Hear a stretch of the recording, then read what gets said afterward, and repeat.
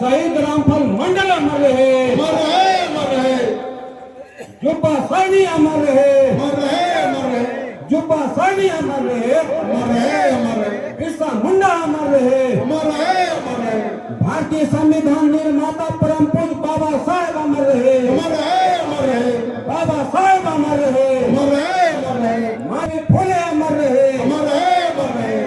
साथियों, आज बड़ा हर्ष का दिन है, ताकत का दिन है, क्योंकि हम लोगों का बीच में वीर पुरुष, साहसी पुरुष, हमारे धानुक जाति से बिलोंग कर रहे थे रामफल मंडल साहब, आज उसके शहादत दिवस के अवसर पर हम लोग एक जगह इकट्ठा हुए हैं।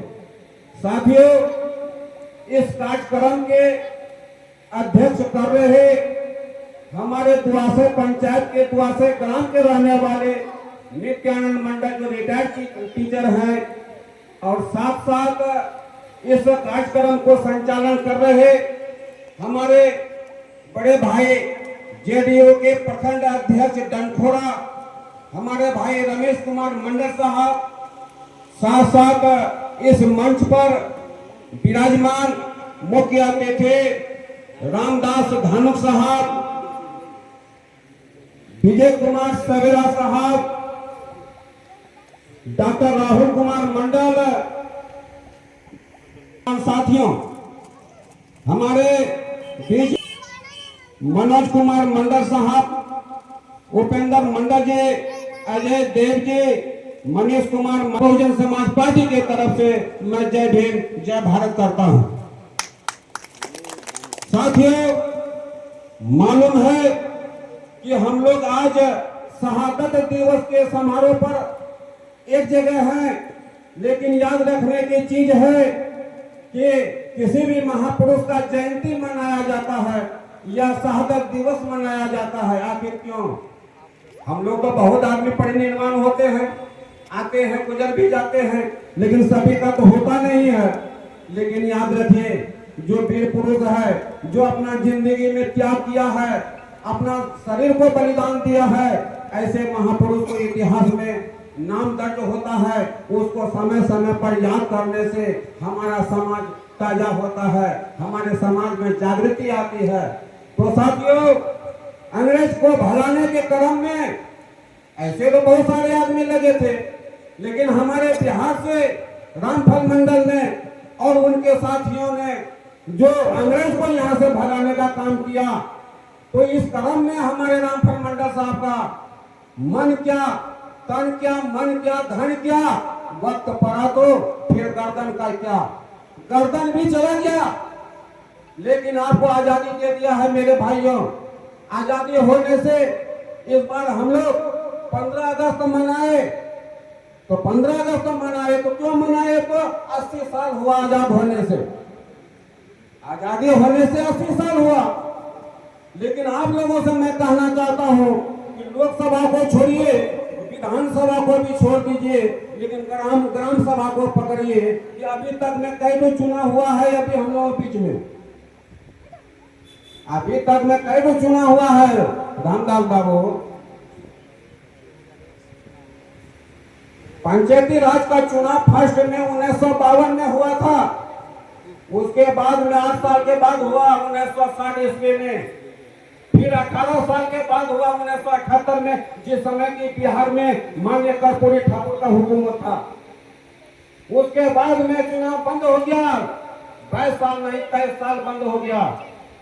उसके बाद में नीतीश कुमार का सौजन्य से 2001 में हुआ, 2006 में हुआ, 2011 में हुआ, 2016 में हुआ, 2021 में हुआ।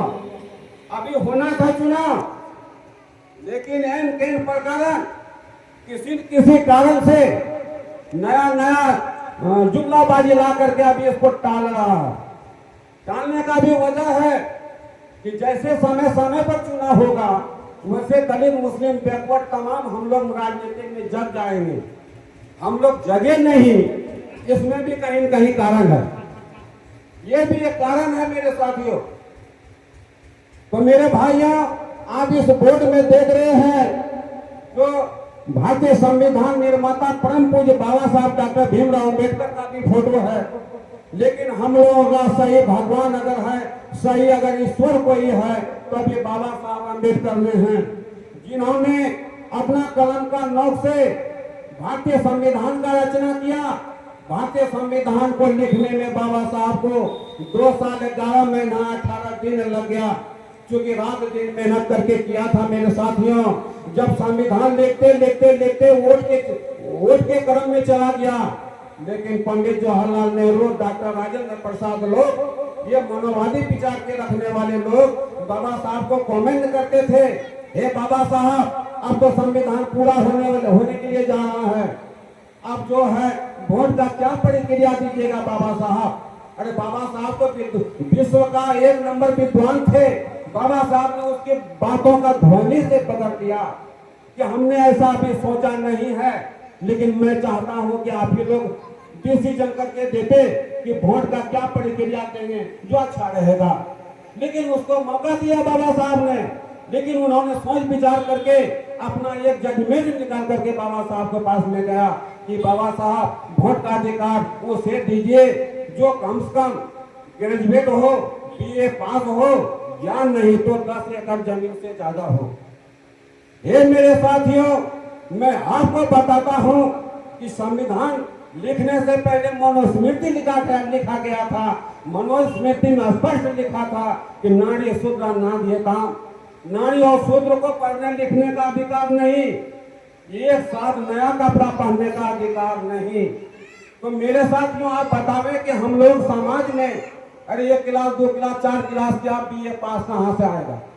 जब बीए पास नहीं होगा तो का वोट का भी अधिकार नहीं होगा।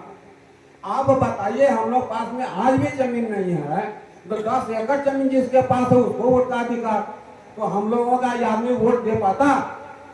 लेकिन बाबा साहब वहां भी लोहा लिया, बोला नो, 1 मैन रहेगा, 1 मैन 1 वोट 1 वैल्यू रहेगा। मतलब एक आदमी रहेगा, एक वोट रहेगा, उसका भी एक वैल्यू रहेगा। साथियों, आज देश का प्रधानमंत्री है, गृह मंत्री है, आज हमारे समाज में कोई मान लेते हैं भीख मांगने वाली है या भीख मांग रहा है, लेकिन आप बताएं मेरे साथियों, एक प्रधानमंत्री वोट देता है वही एक वैल्यू होता है। आज हम लोग समाज में जो भिखारी वोट देता है उसका भी वही वैल्यू है। तो बताइए यहाँ ऊंच नीच कहाँ है? बाबा साहब को ऊंच नीच नहीं दिया, बाबा साहब को समतामूलक समाज दिया, लेकिन इस बाबा साहब को मानने वाले आज कहाँ हैं? मेरे साथियों, भारत देश की रीत यही है, कदर ना हो इंसानों की।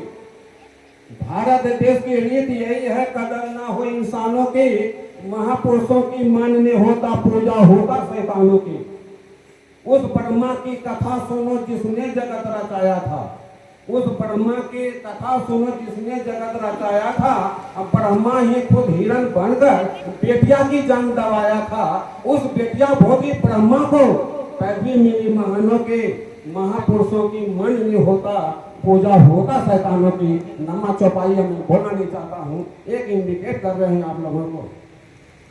तो मेरे साथियों, आज इस कार्यक्रम में बहुत साथी बोले ये फर्स्ट बार है, क्योंकि मेरा भी कहीं कहीं से फोन आ रहा था आज का दिन में, लेकिन बाद में रमेश भाई का फोन आया तो भीतर से हम खुश हो गए। अरे कम से कम अपना समाज में, अपना प्रखंड में कार्यक्रम होगा। अरे नहीं ज्यादा आदमी आएगा, 5-10 आदमी तो आएगा, कम कम चर्चाएं तो होगी कि कौन कार्यक्रम था। तो रामफल मंडल साहब का स्वागत दिवस था। तो यह कार्यक्रम मामूली कार्यक्रम नहीं है। इसलिए मेरे साथियों, हम अपने समाज के आदमियों से आग्रह करता हूं, आप कपड़ा थोड़ा कम पहने चलेगा, खाना पीना थोड़ा कमी हो चलेगा, लेकिन मेरे साथियों इसमें कमी रहने नहीं दीजिएगा। बाल बच्चे का, बेटा बेटी का, या पोता पोती का, या नाती नतनी, या समाज का किसी बच्चे को पढ़ाई से वंचित होने मत दीजिए। पढ़ाई में लगा दीजिए। अब पढ़ाई मामूली चीज नहीं है, आप बहुत खर्चा कीजिएगा, अगर लाइन से नहीं चलिएगा पैसा पूरा भी जाएगा, डिग्री भी नहीं मिलेगा।